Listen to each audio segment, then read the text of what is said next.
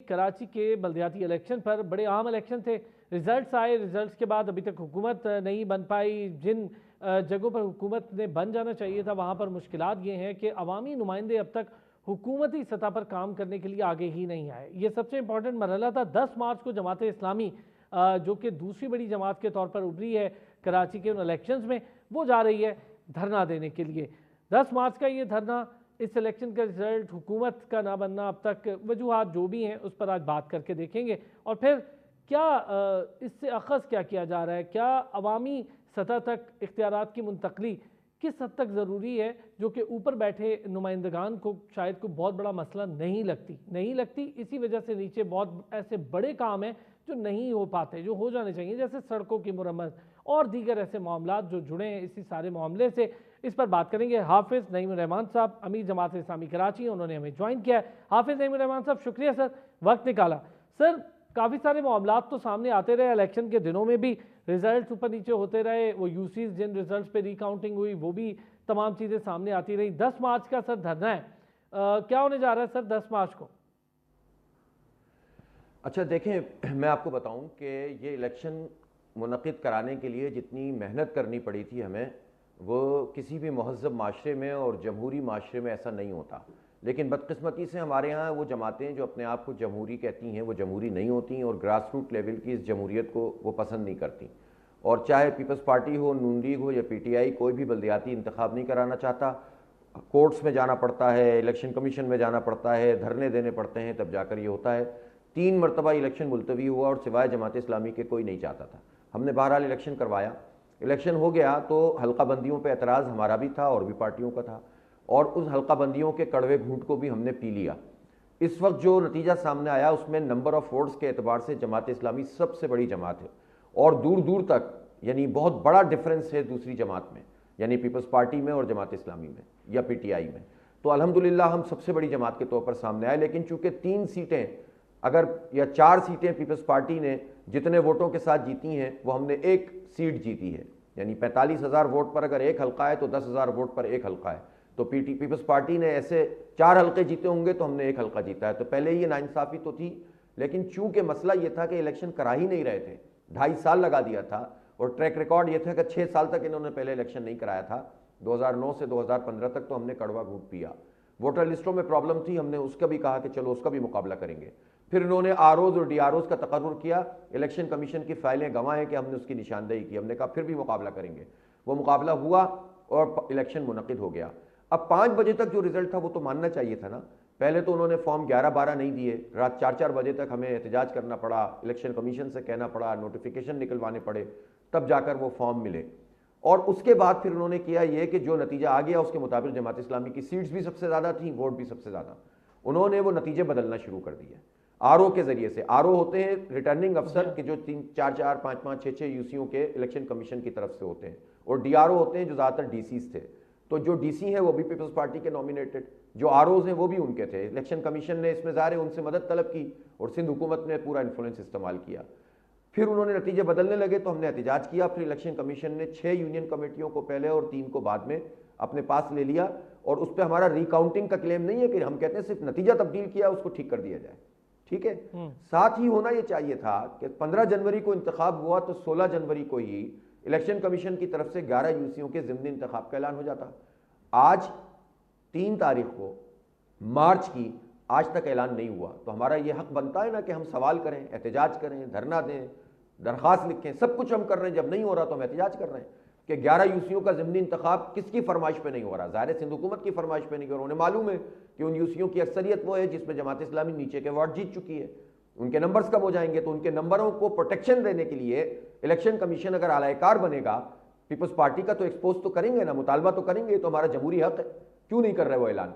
दूसरी बात यह है कि पहले इन्होंने नतीजे बदले और फिर उसके बाद रिकाउंटिंग की दरखास्तें करके जाली तरीके से नतीजे बदलने शुरू किए।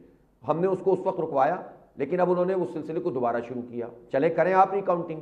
अब इलेक्शन कमीशन का काम यह था कि वो सीज कर देते और वो उनके पास है जो RO के फॉर्म एलिमेंट होते हैं उसको उन्हें सीज करना चाहिए था। उन्होंने 1.5 महीना इनको फराहम किया ताकि मैनूवरिंग की जा सके, और हुआ यह है कि अब चूंकि बैलेट पेपर भी महफूज नहीं थे तो उन्होंने फॉर्म जो सील शुदा थैले थे उनको खोला है। कल रिकाउंटिंग पहली शुरू हुई है तो पहला ही थैला खुला हुआ मिला, जिसका ट्वीट मैंने किया। पूरी दुनिया के सामने जब रिकाउंटिंग शुरू हुई हो तो पता चल गया फ्रॉड हुआ है, और फ्रॉड सामने आ गया।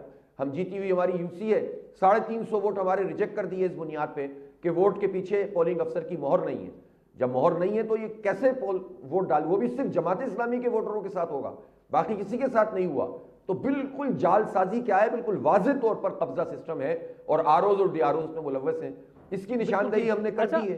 तो हम ये कह रहे हैं कि अगर इलेक्शन कमीशन इस पर जी, आपने लड़ के इलेक्शन करवाया, हम सबको पता है, ये इलेक्शन के लिए आपने जितनी मेहनत की वो हम सब जानते हैं। अब यहाँ पर रिजल्ट्स के लिए भी मेहनत हो रही है। सर ये बताएं, एक मामला हुआ कि हमने देखा पीपल्स पार्टी भी आपके पास आई, हुकूमत में मिलजुल के बनाने की बात हुई, फिर पाकिस्तान तहरीक इंसाफ के साथ भी खड़े दिखाई दिए। क्या कोई मामला इनके साथ मिलके होगा या फिर आप हुकूमत करेंगे तो अकेले करेंगे?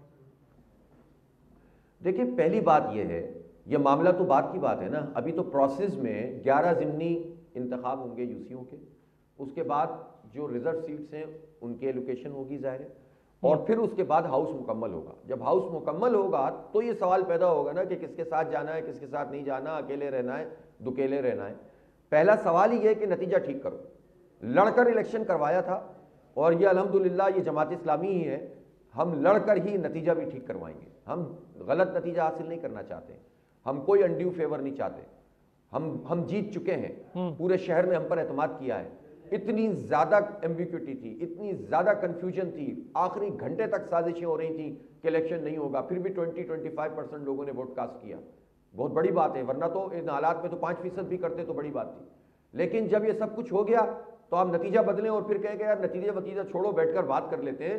तो देखिए, बातचीत करने से तो हमने कभी किसी को मना नहीं किया, लेकिन ये नहीं होगा कि आप जबरदस्ती कब्जा कर लें और बात कर लें। हम कोई खैरात में थोड़ी आपसे सीटें मांग रहे हैं, अपना हक मांग रहे हैं, अवाम का हक मांग रहे हैं। अवाम का हक मांगने में आप अगर कहेंगे कि हम बादशाह सलामत हैं, आप हक वक्त को छोड़ें, हमसे बैठकर बात करें, हम आपके भाई कोई मज़ारे थोड़ी हैं, हम आपके नौकर और वो थोड़ी हैं कि जो आपके खेतों में काम करते हों। हम लड़ेंगे आपसे अपने हक के लिए और हम उस हक को इंशाल्लाह हासिल करेंगे। ठीक हो गया सर। 10 मार्च धरना होगा, कब तक बैठेंगे? अगर धरना नहीं मानती पीपल्स पार्टी, इससे पहले भी हमने देखा कि अदवार हुए बातचीत के जब इलेक्शन नहीं हुआ था, अब फिर ऐसा हो जाता है कि अगर वो रुक जाते हैं, इलेक्शन कमीशन बात नहीं सुन पाता, अभी तक तो वो मामला ही लटका हुआ है, वो जो आप खुद से बड़ा आपने प्रॉपरली डिफाइन भी कर दिया। फिर क्या होगा सर? 10 मार्च का धरना लंबा होगा जब तक मामला आगे नहीं बढ़ते, जब तक फाइनल रिजल्ट नहीं आ जाते? देखिए, पिछले इलेक्शन के बाद से हमने अपने आप को इस तरह से रखा था कि चले हम बहुत ज़्यादा एग्रेसिव नहीं जाते और चले इलेक्शन कमीशन को भी मौका दें, देर सवेर हो रही है उसको भी बर्दाश्त कर लेते हैं, लेकिन चीज़ें सही ट्रैक पे चलें। कुछ हियरिंग ऐसी हुई जिस पे हमें लगा कि ये ट्रैक सही है और उन्होंने आरओ के खिलाफ भी कार्रवाई की और उनको पकड़ा भी, और एक प्रिजाइडिंग अफसर ने जब अपने ज़मीर की आवाज़ पर जाकर वहाँ ऐलान कर दिया कि ये मुझसे झूठ लिखवा रहे हैं, तो जाहिर सी बात है कि उसके नतीजे में गिरफ्तारी भी अमल में आई। तो जितनी सही बात होती है हम इलेक्शन कमीशन की उसकी पजीराई भी करते हैं, लेकिन अब हमें ऐसा लग रहा है कि इलेक्शन कमीशन तो सिंध हुकूमत के कहने पे ही चल रहा है और वक्ती तौर पर कुछ चीज़ें सामने आ जाती हैं, लेकिन अगर ये 1.5-2 महीने का डिले है, इसमें क्या चीज़ माने हैं। कौमी असम्बली के ज़िमनी इंतखाब थे, उसका ऐलान करने में तो उन्होंने वक्त नहीं लगाया और फौरी करवा दिए थे। वो तो उन्होंने अभी तक जो है वो तो ठीक है, अच्छा किया था आपने, लेकिन बल्दियाती इलेक्शन ने क्या कसूर किया जिसका आप ऐलान नहीं कर रहे ज़िमनी इंतखाब का। इसलिए अब हम जो धरना देने जा रहे हैं वो हम अलामती धरना नहीं दे रहे हैं, हम वहाँ बैठ जाएंगे और हमारा धरना असल में तो इसलिए है कि हमें हमारा जमहूरी हक मिले और ये कार्रवाई जो शबखून मारा जा रहा है ये रुक जाए और इलेक्शन कमीशन इसमें अपना रोल अदा करे। इलेक्शन कमीशन से हम कोई अनड्यू फेवर नहीं मांगते, नाजायज़ चीज़ हम नहीं मांगते, जो जायज़ है वो करें, जो हक है, जो प्रिजाइडिंग अफसरों के आपने देख लिए अंगूठे, हमारे पास भी फाइल मौजूद है और आरओज ने भी आपको दी है, दोनों को मैच करें। अगर उस मैच के नतीजे में दोनों के अंगूठे एक ही होते हैं तो इन्वेस्टिगेट करें कि इनको धमकियां मिली हैं कि नहीं मिली। आप पता करें कि ये एक ही प्रिजाइडिंग अफसर 2 रिजल्ट कैसे दे रहा है।